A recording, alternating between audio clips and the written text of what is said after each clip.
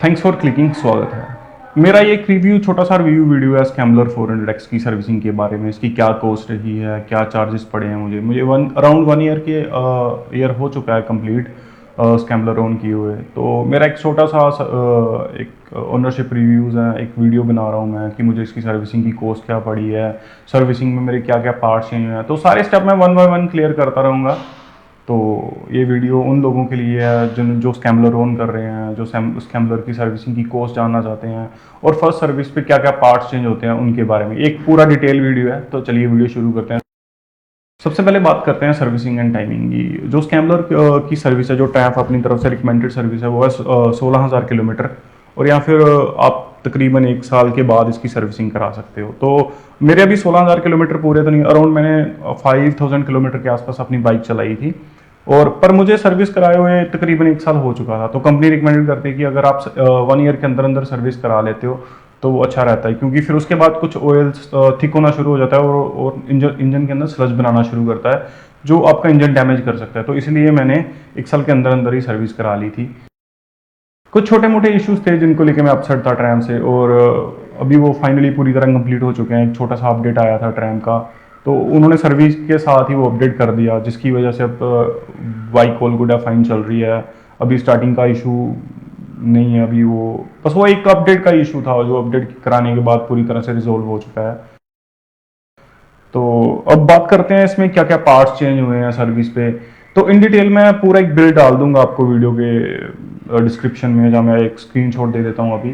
तो मैंने कुछ पार्ट्स चेंज करवाए थे, जैसे कुछ पार्ट तो मस्ट मस्ट हैं, वो चेंज होते ही होते हैं फर्स्ट सर्विस पे, जैसे इंजन ऑयल कौन सा डलवा रहे हो। तो एक सब कंपनी रिकमेंडेड करती है आप कौन सा इंजन ऑयल डाल रहे हो, एयर फिल्टर और इंजन ऑयल फिल्टर। ये 3-4 पार्ट्स हैं जो जनरली चेंज होते होते हैं, और ये चेंज कराना भी बड़ा ज़रूरी है, क्योंकि अगर आप अगर एयर फिल्टर चेंज नहीं करा रहे हो तो बाइक अच्छे से एयर सक नहीं कर पाएगी। अगर वो एयर सक नहीं कर पाएगी तो अपनी परफॉर्मेंस तक नहीं जा पाएगी ना।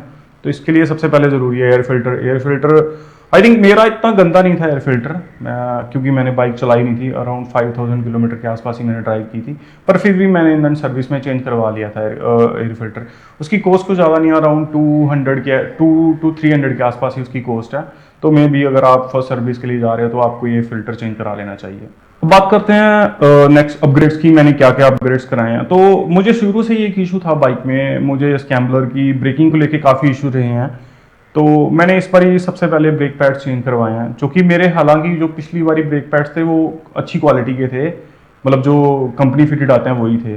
पर वो ऑर्गेनिक पैड थे, वो उनकी ब्रेकिंग इतनी रिलायबल नहीं कर सकते आप उनकी ब्रेकिंग पे ना। आपका ड्राइविंग अगर आपका राइडिंग स्टाइल कैसा है डिपेंड कर रहा है आपके राइडिंग स्टाइल पे। तो मेरा राइडिंग स्टाइल थोड़ा अग्रेसिव है, मैं थोड़ा अग्रेसिव होकर बाइक चलाता हूँ, जैसे 140-160 तक मैं मतलब मोस्टली टच करता ही हूँ अपनी बाइक। तो फिर उसी हिसाब से मुझे ब्रेकिंग में थोड़ा इशू लगता है। तो इस बार ही मैंने सैरामिक ब्रेकिंग डलवाए हैं, जो अपग्रेड कराने से ना तो ब्रेकिंग में मैं कह सकता हूँ डबल से भी डबल इफेक्ट दिखा है मुझे। ब्रेकिंग काफ़ी स्मूथ हो गई है, काफ़ी अच्छे से बाइक की ब्रेकिंग लग जाती है। तो आई थिंक अगर आप कुछ अपडेट चाहते हो तो आप ब्रेकिंग को अपडेट कर सकते हो, क्योंकि ब्रेकिंग स्कैम्बलर में अपडेट करना मस्ट है। और दूसरा अपडेट्स की बात करूँ तो मैंने मैडॉक्स की लाइट लगाई है 14 वोल्ट की, 2 लाइट्स हैं। अराउंड 6500 की वो 2 लाइट्स पड़ी थी मुझे, क्योंकि जो स्कैम्बलर का हेडलाइट का थ्रो है वो बड़ा कम थ्रो है। तो लेट नाइट जब मैं ड्राइव करता था तो जैसे तो काफ़ी दिक्कत आती थी मुझे उस टाइम ड्राइव करने में ना। तो अगर आप देख रहे हो तो आप कुछ एक लाइट इंस्टॉल करा लो अपनी बाइक पे, क्योंकि जो उसका एलईडी थ्रो है वो बड़ा कम है, जिसकी वजह से आपको दिक्कत हो सकती है। और मैंने काफ़ी इन्फ्लुएंसर के वीडियोस भी देखे हैं जिन्होंने एक ही बार रिपीट की है, उसका लाइटिंग का थ्रो अच्छा नहीं है, लाइटिंग का थ्रो अच्छा नहीं है। तो मुझे सबसे पहला अपडेट यही लगा था, तो मैंने यही अपडेट कराया।